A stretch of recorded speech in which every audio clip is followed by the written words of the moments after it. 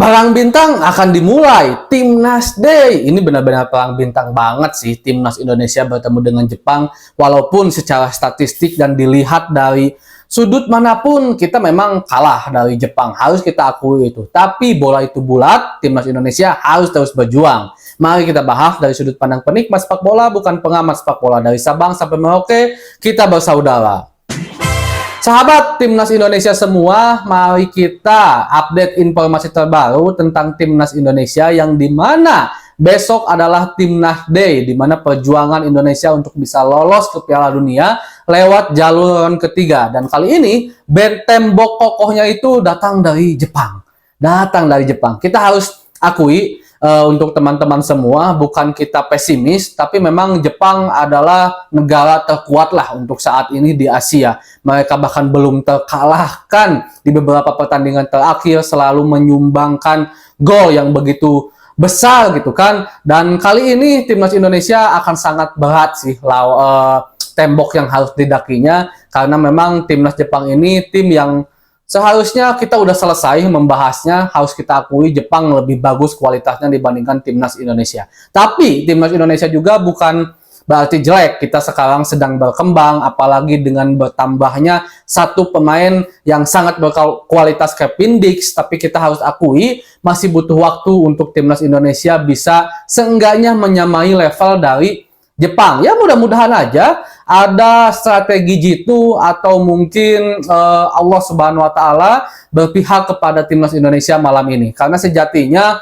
kita udah harusnya targetnya bukan hanya lagi menang atas Cina dan Bahrain di GBK nanti, tapi di setiap pertandingan, mau itu home, mau itu away, mau itu lawannya Jepang, Arab atau Australia, kita sekarang harus sudah menargetkan 3 poin. Jika seandainya memang kurang realistis dan akan sangat sulit bagi Timnas Indonesia lolos ke Piala Dunia lewat jalur round ketiga, seenggaknya paling minimal lewat jalur round keempat nanti, yang artinya Timnas Indonesia harus bisa finish di posisi 3, paling minimalnya posisi keempat di round ketiga ini. Ya mudah-mudahan aja. Kita harus akui Timnas Jepang sekarang turun dengan skuad terbaiknya, sementara Timnas Indonesia sebenarnya hanya minus dari Match Logal saja, 1 orang, dan bermain di GBK. Tentu ini akan menjadi pertandingan yang sangat menarik, karena sejatinya di Piala Asia kemarin pun Timnas Jepang sebenarnya tampil dengan skuad terbaik, kecuali minus Mitoma aja,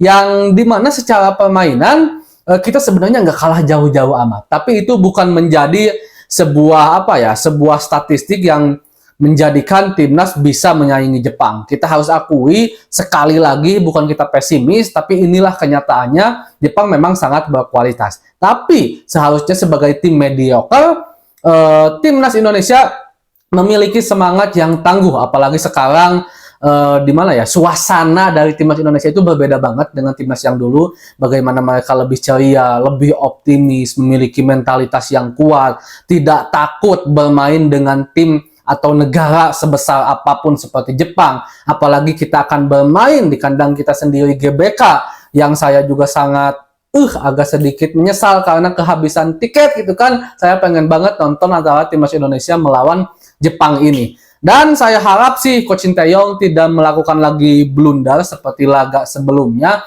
saat melawan Cina. Mudah-mudahan sekarang skuad terbaik yang diturunkan oleh Coach Sinteyong. Walaupun sebenarnya kemarin juga Coach Sinteyong nggak salah-salah amat. Itu bagian dari strategi Coach Sinteyong. Cuman mungkin strateginya ya tidak berhasil. Ya ini layaknya seperti manusia biasalah. Kadang kita merencanakan sesuatu, tapi rencana itu tidak sesuai dengan harapan kita. Dan itulah yang dilakukan oleh Coach Sinteyong kemarin. Jadi Coach Sinteyong itu bukan sengaja memasang pemain, mengacak-ngacak pemain biar timnas kalah, bukan. Tapi memang bagian dari strategi. Harapannya Cina membombardir timnas Indonesia, dan nanti di babak kedua mereka kelelahan, barulah masuk pemain-pemain yang diandalkan dan diharapkan bisa memberi peran yang berbeda atau menjadikan permainan itu sungguh menjadi luar biasa. Tapi sayangnya gagal, itu kan strategi itu. Dan saya harap strategi Coach Sinteyong bersama staf kepelatihan yang lain juga untuk laga melawan Jepang ini bisa berhasil dan bisa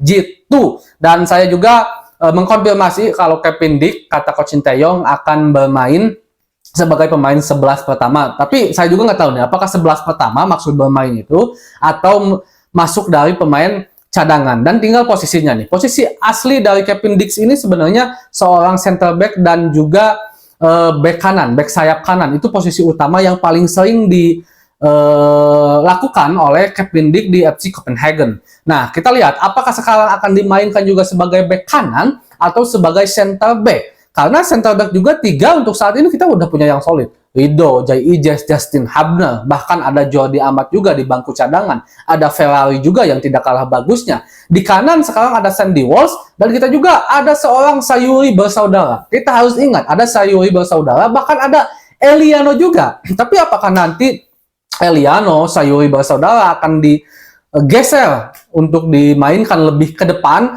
dan mereka akan berduet trio bersama Ragnar dan juga Rafael Strike, atau justru mereka akan tetap nanti ya giliran dengan Sandy Walsh di kanan karena Kevin Dix akan dimainkan di center back. Nah, tinggal kita lihat aja nih, kalau seandainya bermain sebagai seorang center back, berarti harus ada yang cadangin antara Jai Ijes, Jordi Amat, Rizky Ridho, dan juga Justin Hubner. Dan menurut kalian kira-kira nih teman-teman semua, siapa yang layak untuk bisa menjadi trio center back terbaik? Kalau untuk penjaga gawang menurut saya udah pasti milik Martin Fresh maksud saya.